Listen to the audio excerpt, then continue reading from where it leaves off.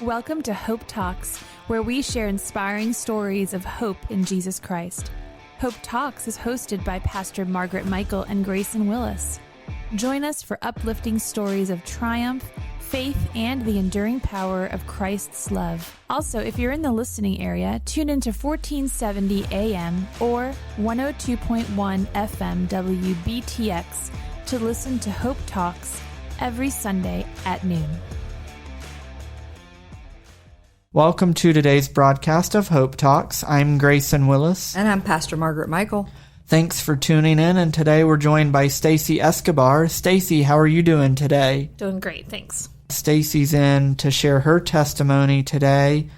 Stacy, just start out telling us about where you're from and about how you grew up. So I'm from this area. I grew up in Mount Crawford until I was about 9 or 10. We then moved to Dayton. So I always attended county schools. I went to TA, and my parents got divorced when I was 10. So I split my time between Dayton and Bridgewater. I went to Tech and got my degree in Spanish, and then I joined the Peace Corps. So I served in Paraguay for 2 years, 3 months for training, and then 2 years of service. I was a crop extension volunteer. And long story short, that's where I met my husband. We got married at the end of my service, and we now have 3 kids. I teach Spanish at Spotswood High School. So I didn't realize you grew up in Mount Crawford. Yep. Very local. That's where I live. Yep. So when did faith come into your story? Was that younger or? So I don't remember ever being a non-believer. My aunt used to take us to church, to the Ashbury United Methodist Church when we were little. I don't know if that was every Sunday. And then I don't really have any memories of us going to church as a family of 5. So I have a sister and an older brother. But yeah, I just really don't have any memory of us going to church as a family of 5. I went with my aunt. After my parents got divorced, my dad would go to church with us in Mount Crawford at the Methodist Church. And I was involved in the choir. I went to youth group religiously. Going to church was never an obligation. It was really left up to us at that point in middle school, high school, if we wanted to attend. And I did. So I say that I don't really have any memories of us going to church as a family of 5. And I don't know if my mom ever went to church with us. But I do know that she played a part in my faith in the early years because one of the few shows that we could watch were the 2 Bible shows in the mid-'80s, early '90s, Superbook. What was the other one? I wrote it down. The Greatest Adventure, Stories from the Bible. I don't know if you guys remember those Bible shows. I still have the Bible book that has all the most famous stories. So I still have that, and I read some of those to Teo. So it was always a part of my life. It was never an obligation, I guess, is the... Yeah, you weren't made to go. Or... Right. So I never had a bad feeling about church. And when I went to college, I attended a non-denominational services on campus. And I guess I'm sort of like the prodigal son, probably more than once in my life. Strayed from church and then came back. So church was always some place that I could come home to. Yeah. So I'm intrigued with the Peace Corps. How did you decide? What's the story? Yeah, it's not a super interesting story other than I had a friend and she said that she was thinking about the Peace Corps. Before that, I had never, ever thought about it. I didn't really know what my post-grad plans were. So I thought, well, let's do this. I wanted to make a difference in the world, and I thought that was a great way to do so. Yeah. Or at least make a small bit of difference. What was that experience like? So you live in a rural community, or I lived in a rural community. I guess you could live in Asuncion or in the towns, but I lived in a rural community, and I worked one-on-one with families to help improve their soil quality so that they could increase their crop yield and just overall improve their quality of life by bringing in more income, diversifying their income. But just it's a grassroots development model, just so that they can have sustainable solutions to improve their quality of life. That's really cool. I didn't know. So I was a crop extension volunteer. I really didn't have a lot of experience at all in agriculture. I mean, I grew up in Mount Crawford, but it wasn't a farm. We had a chicken coop, but no chickens. So we played in the chicken coop. We had a we had a pig pen, but I don't know if we ever had pigs, but we played in it. We had like a cow. So we had a barn, but that was pretty much the extent. I did some stuff with FFA in high school. So that's kind of where we stretched my experience to be a crop extension volunteer. I learned while I was there, and so we have 3 months of training. They give us technical training, language training, but then you're learning as you go.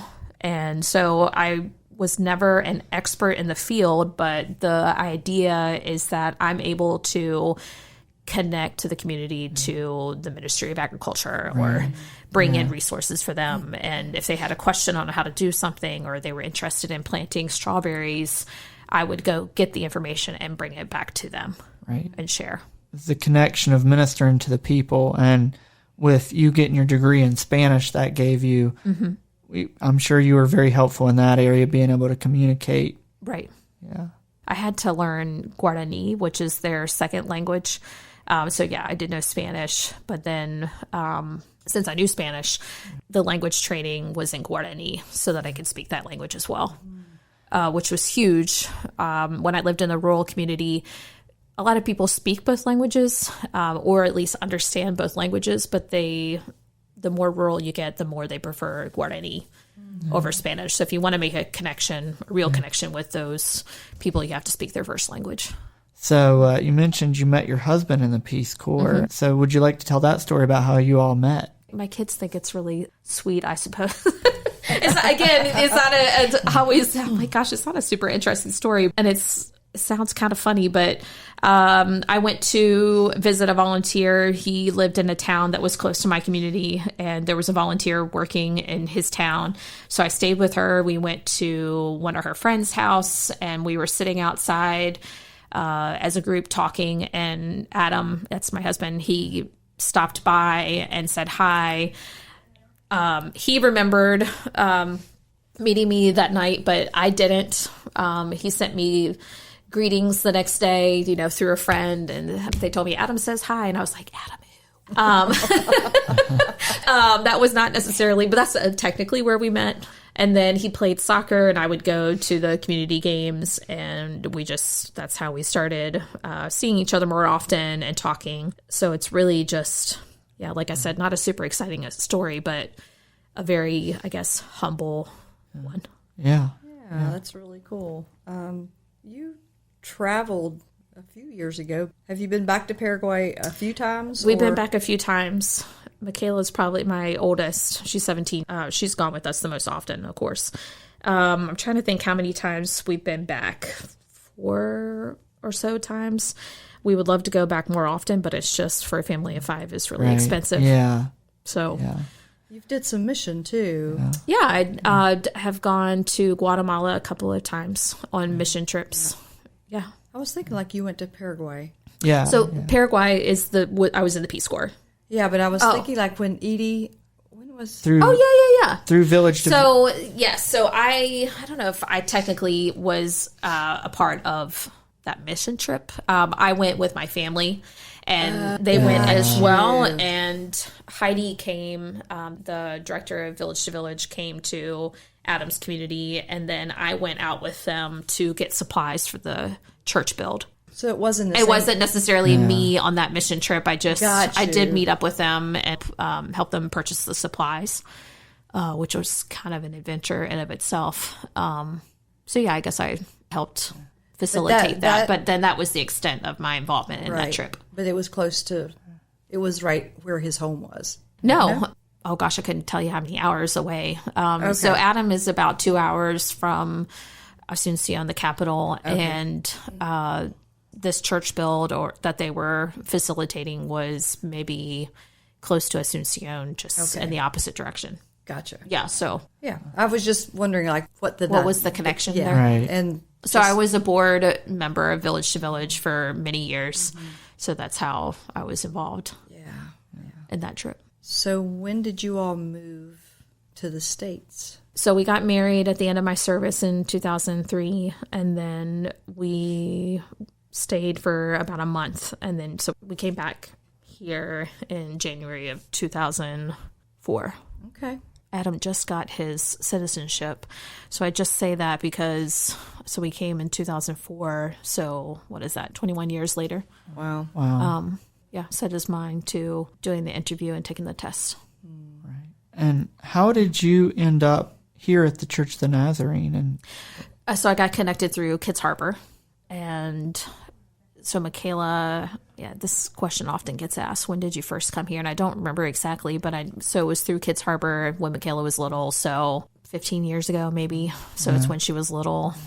And I've just been here ever since. And that's cool when you hear people that are either connected to the church, either through Kids Harbor or Hope Distributed, just that wouldn't have gotten connected otherwise. And right. And I guess just no one should underestimate the power of just loving the people that you are surrounded with on a daily basis. And because I don't necessarily remember anybody ever saying, hey, you should go to Church of the Nazarene. But there's obviously a physical connection, right, between the two. And I just felt loved and welcomed and just thought that this would be an extension of that. Yeah. That's great. Cool. It's always interesting to hear how people get here. Right. And just hearing that the love that you felt on the Kids Harbor hallway was enough to draw you farther into the church. Right. That's a great testimony. It's beautiful. We don't realize what a caring presence. Right. You don't have to be pushy. So that's what I've always really liked about anybody that's played a role in my faith journey. Just be an example of what the love of Christ looks like. Not being pushy about it, just witnessing, not telling me or judging me if I don't go to church every Sunday, or because I saw that kind of stuff too. I guess I didn't mention in my faith journey, Young Life played a big part of my life in high school. So I mentioned that I went to church and I was a part of our youth group, but I got involved in Young Life, and I had a small group leader, and I remember her name. Her name was Lisa Page Vincent, and I was connected. I was going to the meeting, so worshiping, doing the activities. I went to Young Life camp, but I just really remember her encouraging me to go deeper into my faith, meeting with me to do a devotional on a regular basis. She would pick me up, and we would do a devotional, and I just really appreciated that. Taking the time. I guess she was a college student. Anyway, it's just huge. So when we work with our youth and they come here and they attend the worship service, just reaching out to them and just asking if they want to go get a cup of coffee, and then, or do you want to do a devotional? Do you want to do something outside of these four walls? I think just really makes a huge impact. It did on me anyway. Yeah. I think, well, you're so right. And you had experienced some brokenness in your home, and that can be really unsettling at any age. And so having someone who come along and saw you and was willing to spend time helps me understand why you work with the youth. I mean, you do. There's a gratitude for what someone else did, and if we can pay that forward, it gives us purpose, too. I was going to ask, so you used to help with the youth, but you volunteer with the worship team. So I know, because I'm in the life group with you, that serving is big to you. Yes. So whether you're serving the church or serving the local community, like some of the work you do with Village to Village, what's behind the heart of what has drawn you? And you've talked about serving in the Peace Corps. So what do you get out of serving, and what causes you or drives you to serve? So what drives me to serve now is just being the hands and feet of Jesus. I want to lead with love in a tangible way. So that leads me to get involved in our community. I want everybody to feel loved and welcomed regardless of their gender, race, or religion. I'm so thankful for the students that I get to meet in my classroom. If I didn't have that experience, I'm just afraid that I would have a really narrow view. I never want to put myself in a position where I'm surrounded by people who only think like me. Right. Yeah. And I'll be honest, sometimes I'll hear a believer say something that I really don't agree with. But one of your sample questions was, what has surrender looked like to you as a believer? And for me, it has been, as a believer, surrendering my, I don't want to say political beliefs. I don't know a better word than that right now. But I don't have all the answers. I don't think the people that say things that I don't agree with have all the answers either. So there's been times where I just have to surrender that to the Lord, and I'm not here to argue with anybody or make them believe what I believe. The Lord's got this, and I know that we can at least find middle ground, that we love Jesus. Right? Needs to be said. Yeah. And I think, it is really easy to surround ourselves with people that we agree with, but that is not where we grow. Yeah. I think that we all have so much to learn, and in today's culture, we have so much of the social media coming at us and telling us what we should believe, and once they figure out what we want to read, they feed us more. Right. And it's like sometimes I'll be on Instagram and it'll go, do you want more like this? Right. And I'm like, so it actually you don't know directly me. asks you. Yeah, it directly asks, do you want more? Do you want more? And I think that we can get so far down a rabbit hole of this one-sided thinking instead of being in conversations with people and asking questions and, well, help me understand, and I think sometimes we're scared to do that and to have anybody tell us something different than what we we believe ourselves so I think it's so good. So I think it's a good first step to just really get to know the person and get to know their heart, right? So Netflix has a documentary called The Social Dilemma, so I highly recommend that. So totally good. I don't know if you've seen that. Have you seen it? Yeah. Okay. So totally, yeah. It's not new, but it was new to me this year. And I think everybody should watch it. So that totally goes to what you're saying about we're being guided by unknown forces. An algorithm. I know an algorithm, right? We're being guided towards it's one way of thinking, and there's no challenge of thought. It's just continual. I don't care if it's a couch you're looking at, or I'll say something that I really I want to check into this. And the next thing you know, it's on my algorithm. Right. It's like on my feed. I have a student whose parents are Russian, and I've taught her, or I guess she's graduated, but for last 4 years, and she's such an awesome person. And we were having a discussion in class, and she said something that I would probably have initially not agreed with. But I know that she has a different cultural perspective than I do, and it just made me pause. And I wanted to know more, because that's not, we just see things through our lens, but what about through someone else's? Yeah. And it's really important, like you said, just, okay, tell me more about that. So I didn't, in the end, I don't know if I necessarily agreed with what she was saying, but I trusted that she was coming from a good place with what she was saying, or, how she felt. And I'm like, well, something to think about and consider, and just check my biases and limited lens on some of these topics. Hearing people's stories is important. I mean, I think that's why our program is based on testimonies, hearing people's testimonies. And when we hear where people come from, what they've been through, the experiences they've had, it's important. Yeah. And like you said, when you were talking, I was thinking about something I've heard my dad say before. If we're in relationship with somebody, we start by talking about the things we agree about, like you said, about we love Christ, we love Jesus, we're believers. Right. And then examine the things we don't. But even if we don't agree, after examining the things we don't agree, that we're still going to remain in relationship with one another. Right. Yeah, I think we have a tendency to want to be around people that we think alike. It's just easier. It's easier, but it's shallow to a degree. A few years ago, we had a young girl come and stay with us.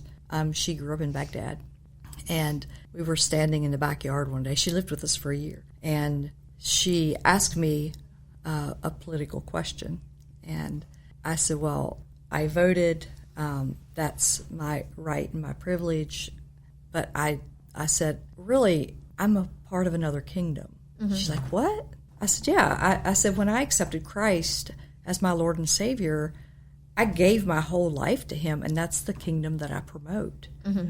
And she said, you know, that day you picked me up from the homeless shelter? I said, yeah, I remember. She's like, I was so scared. And I said, why? She's like, because I had always heard that Christians kill Muslims. And I said, guess what I heard? I said, but here's the thing. Here we stand. At that point, she was still Muslim. And I said, a Muslim and a Christian, and we love each other, right? Like, we love each other. She said, yeah, we do. And I said, can you believe everything you hear? Right. Because this is proof that you can't. And she has accepted Christ and is a believer. God gave her a dream, which is a whole other story. But bringing her into our home and having such a different culture and had never been around believers, was scared of them. Right. And I didn't even know that when she moved in. But I went back to that first night that we brought her to the house, and she walked into the kitchen and she said, I've never felt peace like I feel here. And if someone would ask me if I would do that, I don't know what I would say. But sometimes life presents us with opportunities. And I would just say to anyone listening, when you're presented with an opportunity to have a conversation with someone you think you might not agree with or understand, ask questions and be open, not to listening. Don't listen to respond, but listen to learn. Right. Because sometimes I think that we listen to respond when a response isn't needed. We don't have to always state our claim. Right. There's no danger in learning where they come from, right? Right. There's no danger in learning their story. There's no danger in learning what they believe. I think it only makes my faith stronger. But it's just part of loving other people and understanding where they come from. And I kind of struggle a little bit with, so as a teacher and teaching students from all over the world, different religions, some of them, I'm thinking of one student in particular, like, I want to be like her when I grow up, She leads, I want to lead with love, and I'm still, God's refining me. I'm working on that. I think I do it really well in many aspects of my life. But he's working on me, so he's not done with me yet. But she leads with love. She's inclusive. She includes everybody in our small community in our classroom. Her parents are from India, so I can't remember off the top of my head what the name of her religion is. But basically, she just wants to love everybody and be kind to everybody, and that's her mantra. That's her part of her religion, and it's like I don't want to change her. Right. I don't see. I get. I struggle with that a little bit. Yeah. I want to be more like her. Yeah. So I don't see anything that I need to change. God's in the details. Absolutely. I don't know. Yeah, and that was I agree with you. Have to understand that God loves every person. Right. More than we ever will. Loves us more than we have any clue. And he works things out. And our understanding is finite, so I'm just not ever going to think that it's black and white and I've got it all figured out. Right. So I'm going to leave that part up to him. Yeah. Right. And just love them. If they want to know about my faith and what I believe, I will share. Yeah. But I'm not going to miss an opportunity to learn from someone else Right. like her, who to me, like I said, just wow. Yeah. And I think sometimes Pastor Margaret referenced the girl that lived with him asking her a question. One time somebody asked me that question. I totally dodged it. I was glad that the Lord gave me the words, but I was like, well, I don't like to talk about that. That's divisive. And I actually gave an analogy that I had heard I think he was a chaplain of a professional team before, and he was talking about, I think he was like a chaplain for either the Cowboys or it would have been the Redskins at the time. And he said, there's not just 2 teams on the field, there's 3 teams. There's a third team, and that's the refs. And the refs don't have the best interest of the Cowboys or the Redskins. And he was talking about, we have a kingdom perspective, like Pastor Margaret was saying. We have a kingdom perspective. We don't, not a certain political party, but we have God's agenda, which is not of this world. Right. And that's what we need to be most focused on. Right.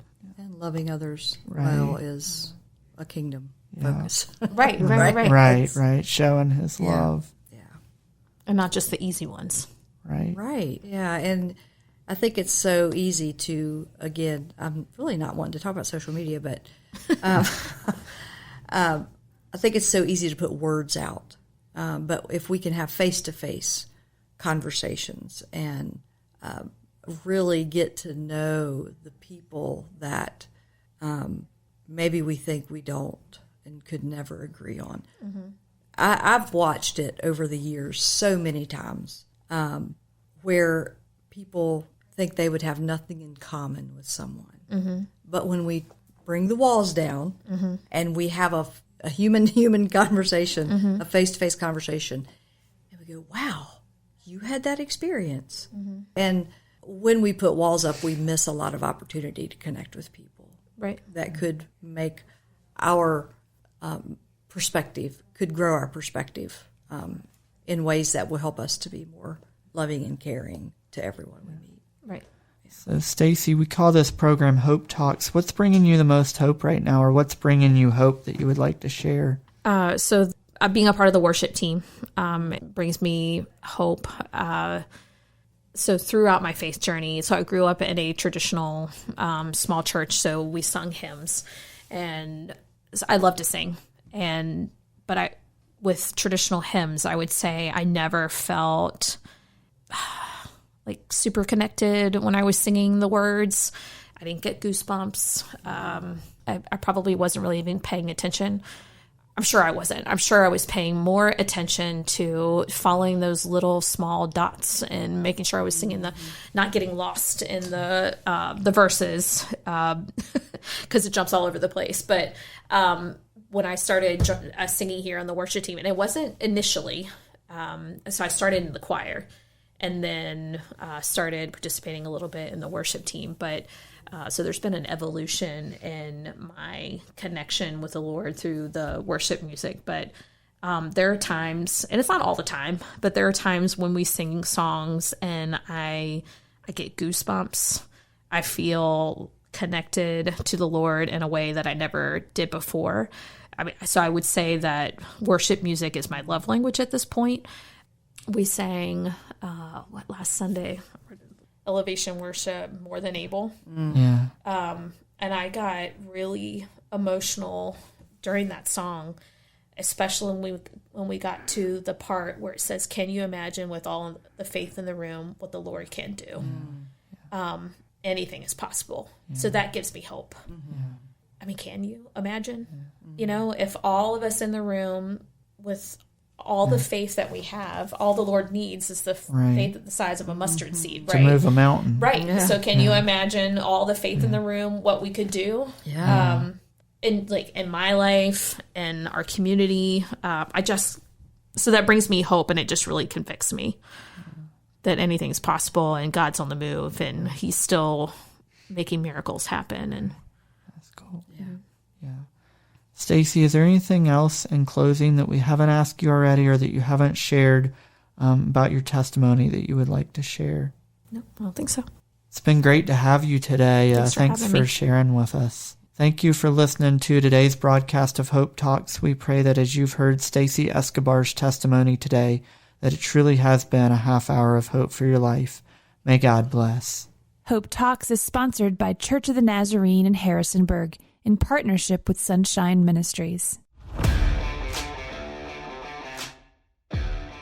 If you enjoyed today's episode, make sure to subscribe, rate, and leave a review on Spotify or Apple Podcast. Your feedback helps us spread hope to even more listeners. Stay tuned for more uplifting stories in the next episode. Until then, keep the faith, share the love, and find joy in the hope that Jesus Christ brings.